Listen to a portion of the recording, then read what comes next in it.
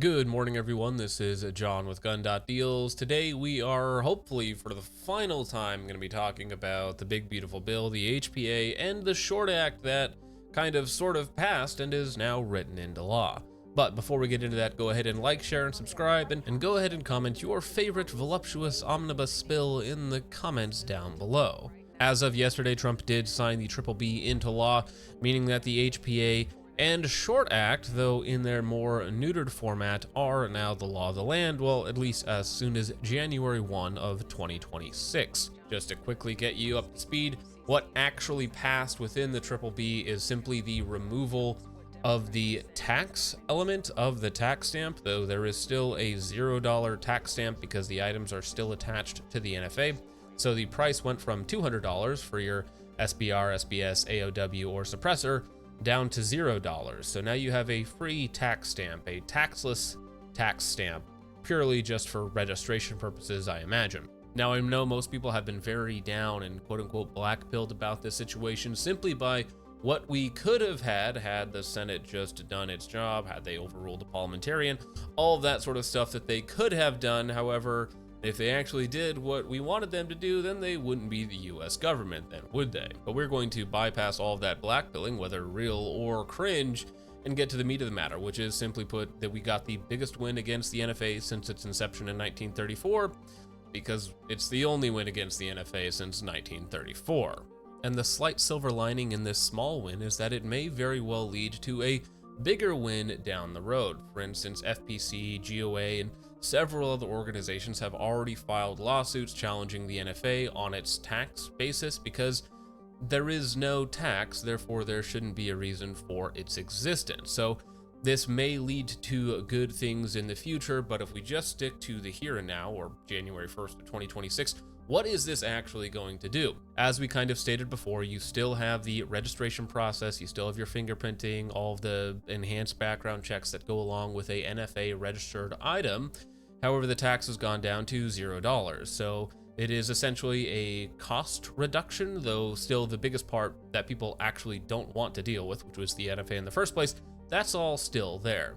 Now, as far as a boost to companies that are manufacturing suppressors, SBRs, AOWs, SBSs, I think you are still going to see an increase in sale when this actually all goes into effect, which again, I believe is January 1, 2026. We currently have about a 6-month period where these companies should being the optimal word, should be spinning up their production capability and maybe even creating some cheaper lines of suppressors. So for instance, 22 suppressors, which is one of the most fun things to shoot suppressed with subsonic ammo because it is so quiet. However, the cans are $200, $300, $400, but with that $200 tax stamp, it's almost double the cost of what it should be, right? But now with that $200 tax stamp removed, you still have the NFA process, but with that $200 cost removed, in some cases, it's going to reduce the actual cost of ownership of some of these cheaper suppressors by 50%, which I think is going to be a huge boon to sales. Now, I hope that this also creates a resurgence of cheaper cans that are $200, $300, $400, and they kind of just do generic things. Again, keep in mind that at the end of the day, these devices are not particularly complex, and so when some of them are charging $1,000+ for what is essentially a welded tube or even a 3D printed tube, which is expensive to start up, not particularly expensive to keep going, but I do hope that this move entices more suppressor manufacturers into the market, more suppressor ownership, more of a general use of these items, a demystification, a destigmatization of these items by the general population, and eventually just normalizing these things everywhere. And I think the reduction in price will again be a slight boon to that. Would it be the gold rush that it would have been if we had gotten all the things that we wanted? Of course not, but I think it is still going to be a boon to a somewhat struggling industry.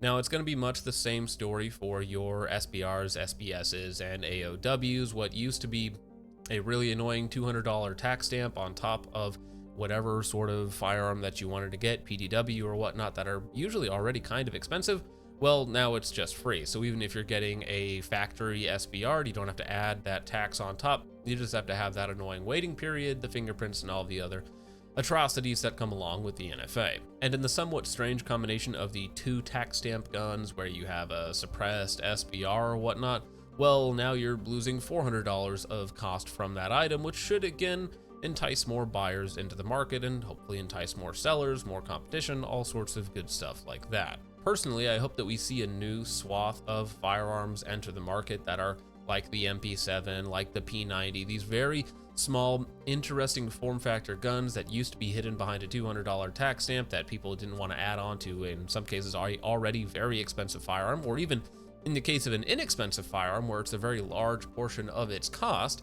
But now that the cost is reduced to zero, I do hope that we see more interesting PDW style firearms enter the market. And I think it is going to, again, add another revenue stream for some of these companies if they want to actually enter a new market. So if I try to focus on just the positive things of what is actually here with us right now, pushing aside everything that could have been, but just focusing on what is actually happening now or in January, I think that there is a very positive way forward.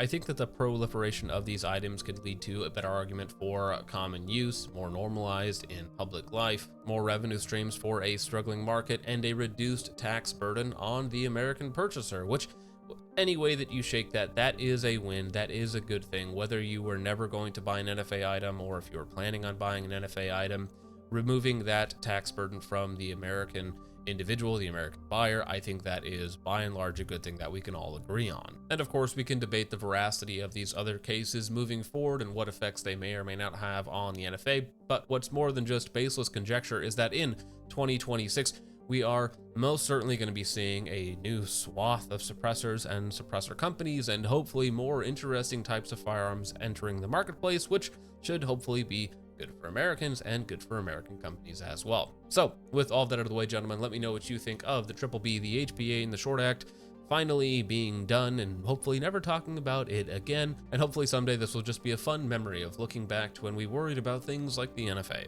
But with all that out of the way, gentlemen, thank you so much for watching. I hope you enjoyed. I will see you in the next one. Peace off.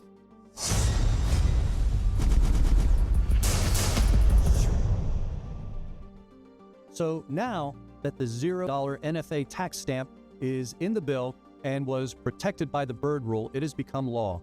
While it's a small step forward, it isn't what GOA fully fought for. So in the end, the House and the Senate only passed the bare minimum version, which removes the taxes on short-barreled firearms and suppressors, but unfortunately keeps the registration requirements. We know that the tax is the least of the problems with the NFA. The registry must be dismantled along with taxation. Dealing with one without the other is only a half measure. And while I know that merely getting the $0 tax isn't ultimately what we wanted, there is a silver lining. More suppressors will be sold, and we'll have a better argument to challenge the NFA in court. As I mentioned earlier, GOA has already announced that we are going to file a lawsuit to remove suppressors and short-barreled firearms from the National Firearms Act of 1934. And we'll be joined by other groups, so just follow us on X and stay tuned for more details about this for when